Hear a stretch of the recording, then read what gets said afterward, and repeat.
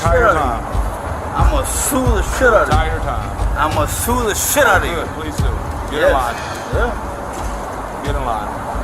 Getting in line. Not me. Don't move. I said stop right there. I'm standing still, man. I'm not doing anything. You were kicked off the plane, and now you're causing another scene. You want to keep pushing I this? just had a few drinks, all right? You're blowing this up. An officer and ignored commands. That's not a few drinks. That's charges. Wait, no. I didn't think it'd go this far.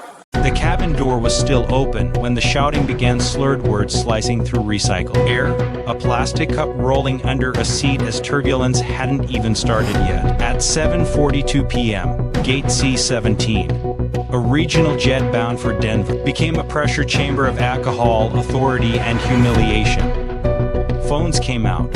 So did badges. What followed wasn't just a passenger being removed, it was a chain reaction that spilled onto the concourse, into body cams, and straight into the quiet machinery of accountability. If you want stories that don't just show what happened, but why it mattered, who it changed, and what systems were forced to respond, stay with this one. Watch closely. The truth here lives in the pauses, not the punches. The airport was already tired. Evening traffic pressed against the glass walls, rolling suitcases murmuring like distant surf. At 6:58 p.m., the departure board blinked with quiet authority, on time, on time, on time. While beneath it, people drifted with the practiced impatience of those who just wanted to go home. Gate C-17 sat under harsh white lights, a regional jet waiting with its mouth open, jet bridge breathing in and out as passengers boarded. He arrived late into the line, not late enough to be denied, but late enough to feel watched. His steps were uneven in a way that didn't scream drunk, just enough sway to register. He laughed too loudly at something on his phone, a short burst that earned glances and then quick lookaways. In his hand, a plastic cup from the airport bar, empty now, crushed slightly by his grip.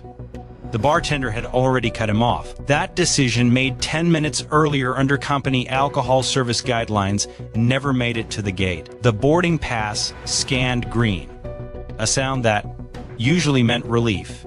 Tonight it meant permission. Inside the aircraft, the air was stale before anyone even sat down. Overhead bins slammed. A baby cried 3 rows back. The flight attendant senior, 15 years on regional routes, clocked him immediately. Noticed the red in his eyes, the way he leaned too close when he said evening. FAA guidelines were clear. Any passenger appearing intoxicated could be denied boarding. But appearing lived in a gray zone, and gray zones are where delays are born.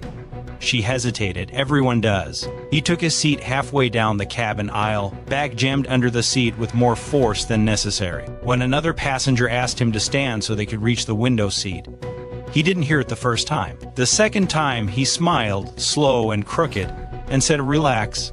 Plane's not going anywhere." It was meant as a joke. It landed like a warning. The drink service hadn't started.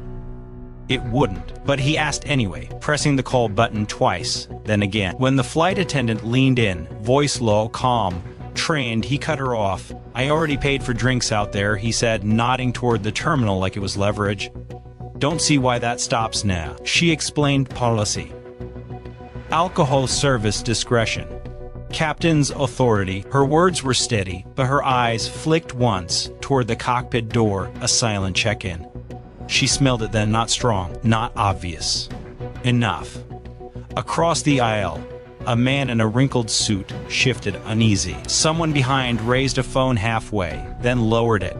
The cabin was still boarding, still pretending this was normal. The first real crack came when the overhead bin popped back open. His bag slid out, clipping a shoulder. No apology, just a shrug. "Gravity," he said. Laughter again, louder this time. A few people laughed with him, the nervous kind that buys distance. Others didn't. At 7:12 p.m., the flight attendant stepped into the cockpit. The door closed behind her, with a soft click that carried more weight than sound. She spoke in shorthand, years of crew resource management distilled into seconds. Possible intoxication. Non-compliant attitude. Early signs. The captain didn't argue. He checked the clock. Checked the manifest. Removal before pushback was cleaner. Company policy backed him. Federal law backed him more. When the cockpit door opened again, the mood had shifted. You could feel it in the way the lights hummed, in how conversations died mid-sentence. The flight attendant stopped beside his row. "Sir," she said, quiet but firm. I need you to gather your belongings. He blinked. Why? Captain's request. That word request was deliberate. De-escalation training drilled into every syllable. But his face hardened anyway. This is bullshit, he said, voice carrying now. I didn't do anything. The aisle felt narrower. Time slowed. Just enough for someone near the front to finally start recording. He didn't move. Silence stretched, not empty, loaded. And before anyone touched him, before security was even called, the flight had already crossed the point where this could end quietly. The warning signs had been there.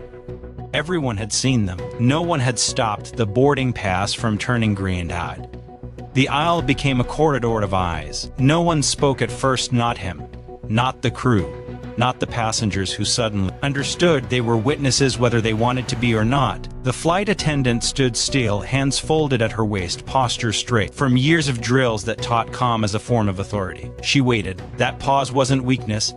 It was procedure. Sir, she said again, softer now. You need to come with me. He laughed, but the sound was brittle, sharp at the edges. Or what?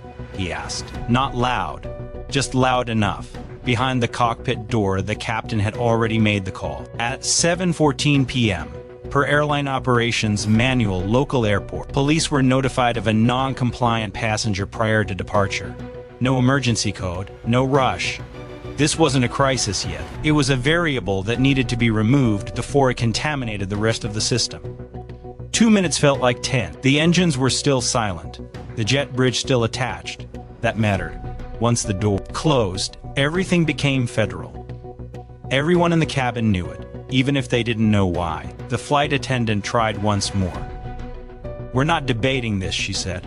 This flight isn't leaving with you on it. Something flickered in his face, then surprise maybe, or insult. Being told no in a space where he thought he had already paid for yes.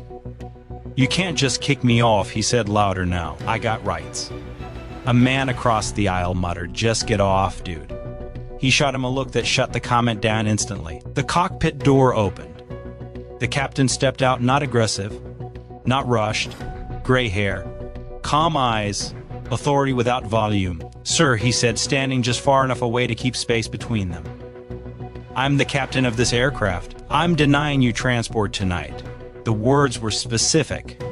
Deliberate FAA language, denying transport, not punishment, not accusation, a safety decision. For what? The man snapped. For your behavior, the captain replied. No elaboration. None required under federal aviation regulation. The law gave him the discretion for a reason, because arguments at 30,000 feet end badly. Phones were fully up now. The red recording dots multiplied. The man noticed.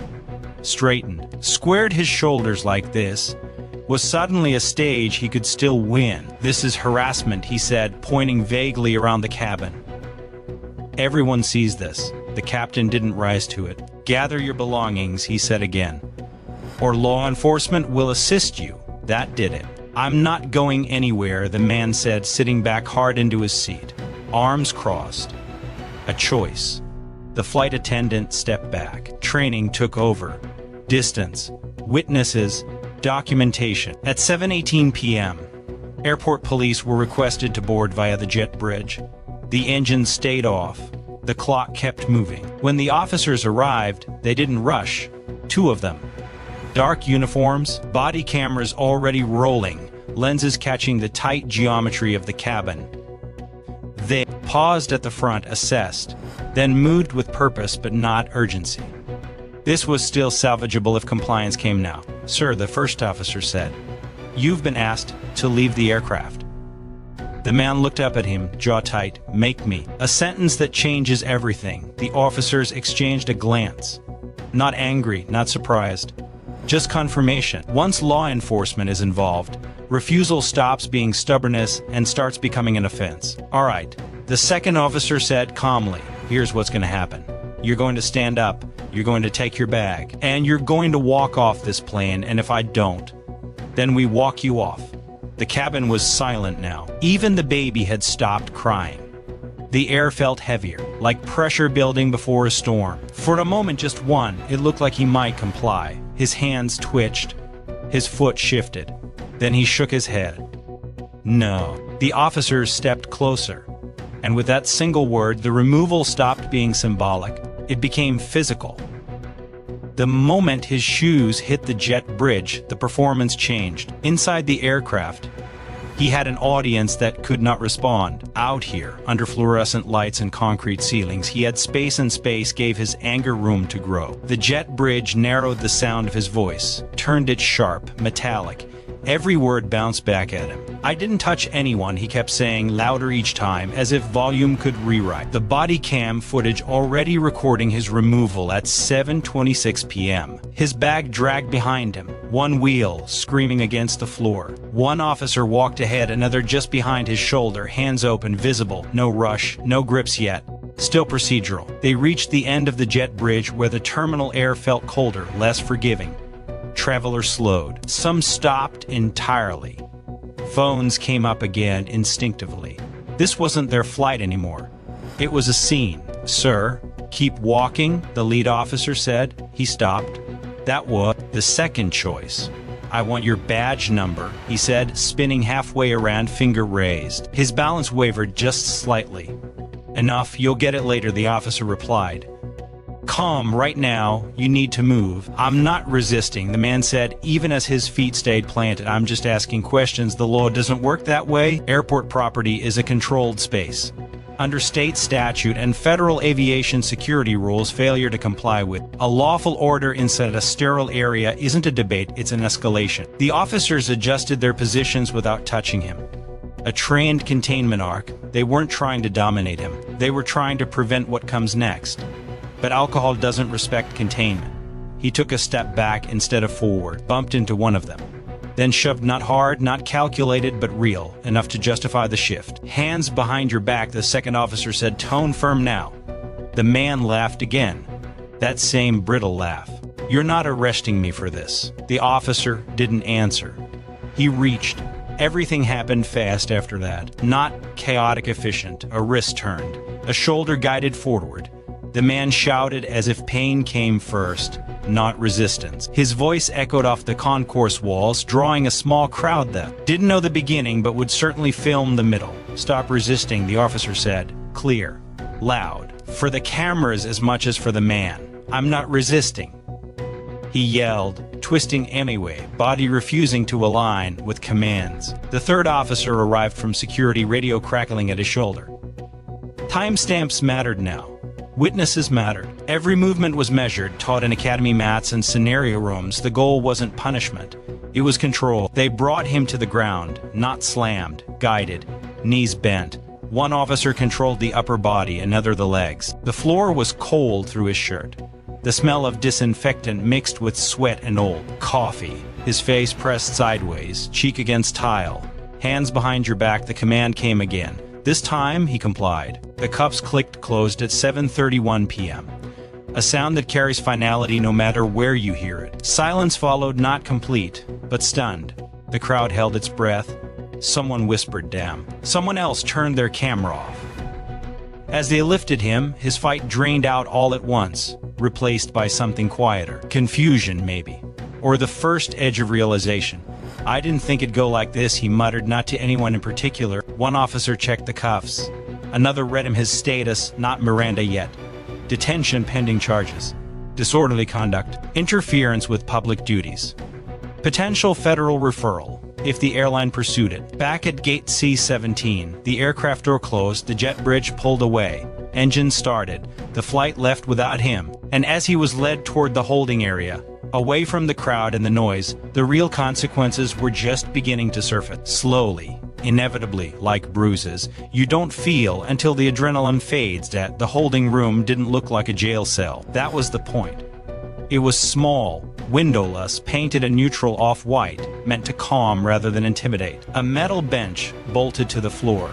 A table with rounded corners. No bars. No drama. Just containment. At 7:39 p.m., the door closed with a soft mechanical click that barely registered on the body cam audio.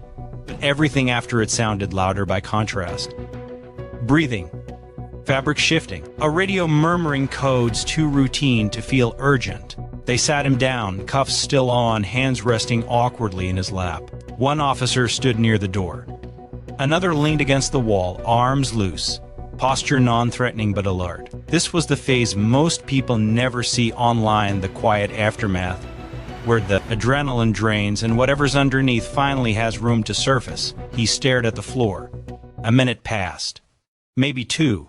No, one rushed to fill the silence. That was intentional. De-escalation training teaches that quiet invites either cooperation or collapse.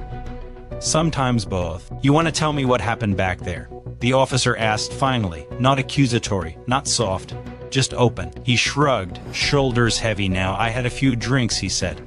The words came slower, like they had weight. Didn't think it was a big deal. It became one, the officer replied.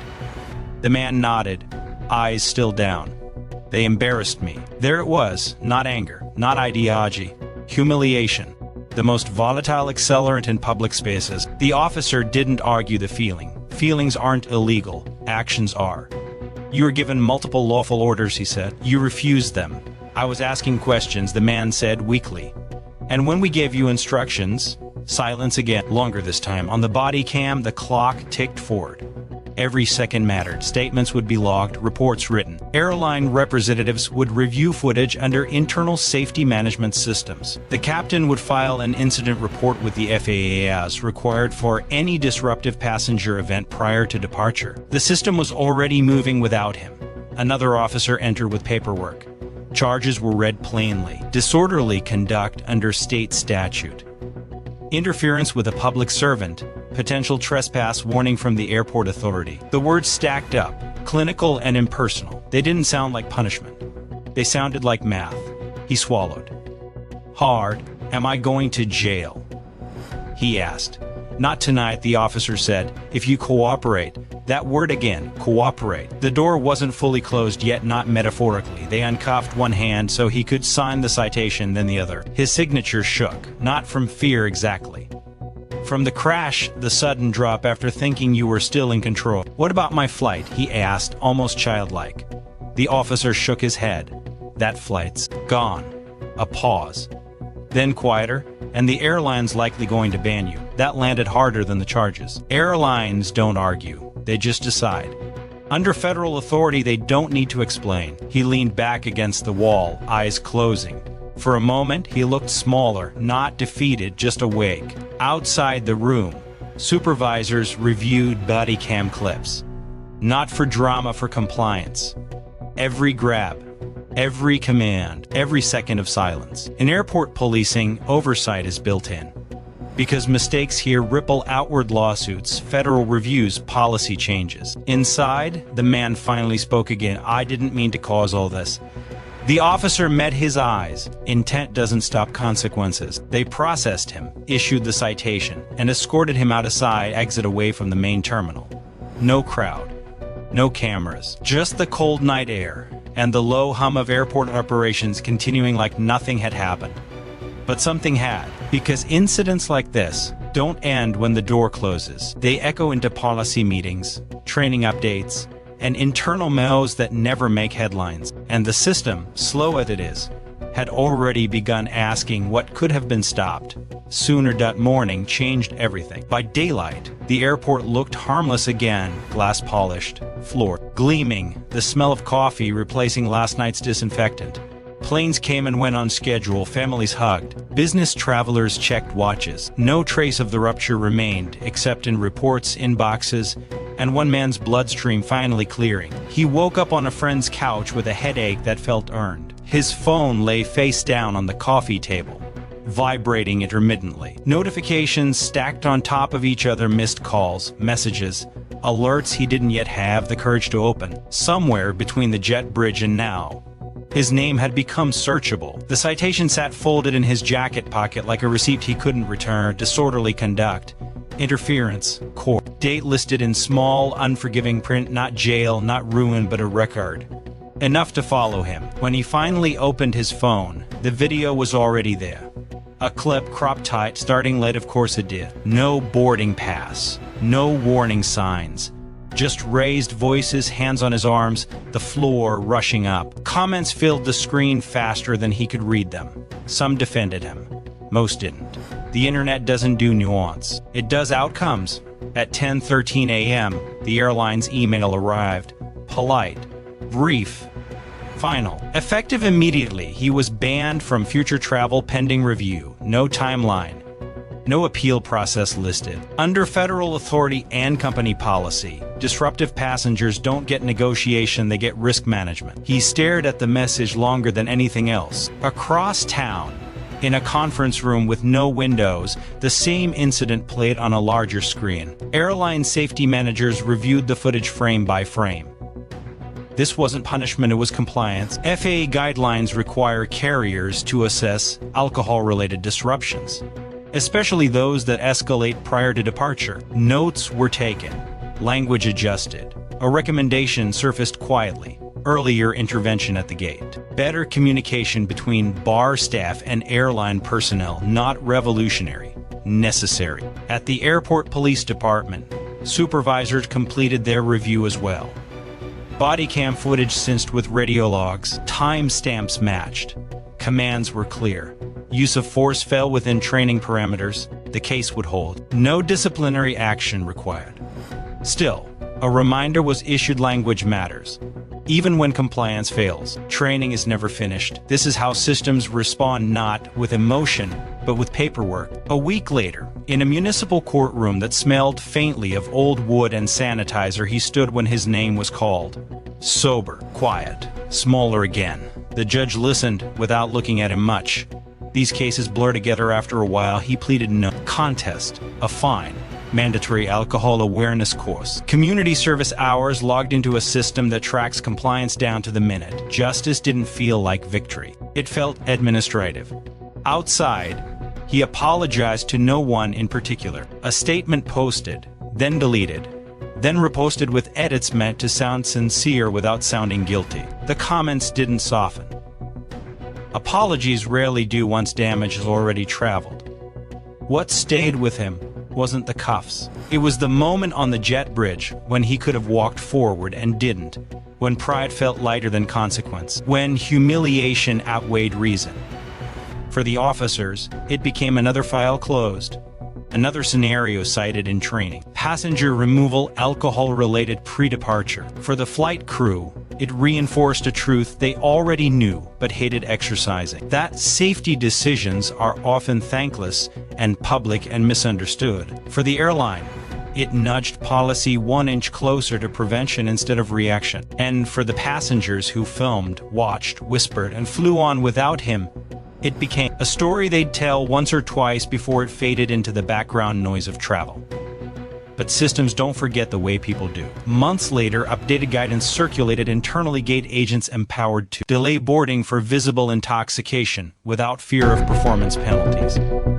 Alcohol service audits expanded, a reminder embedded in training modules. Discomfort early is cheaper than chaos later. None of it mentioned his name. That's how accountability works at scale. Individual moments absorbed into institutional memory, stripped of faces, preserved as lessons. He eventually flew again on another airline, after another apology, after another set of forms checked and boxes cleared. He sat quietly this time, hands folded, eyes forward. When the drink cart passed, he shook his head without thinking. No speech, no performance, just restraint. In the end, nothing dramatic changed. The world that night, no landmark ruling, no viral reform. Just a man, a flight, and a system that responded the only way it knows how: slowly, imperfectly, but deliberately. And somewhere between the silence of the holding room and the quiet click of a courtroom pen, the real lesson settled in. Control isn't proven by how loudly you refuse. It's proven by knowing when to stand up and when to walk away.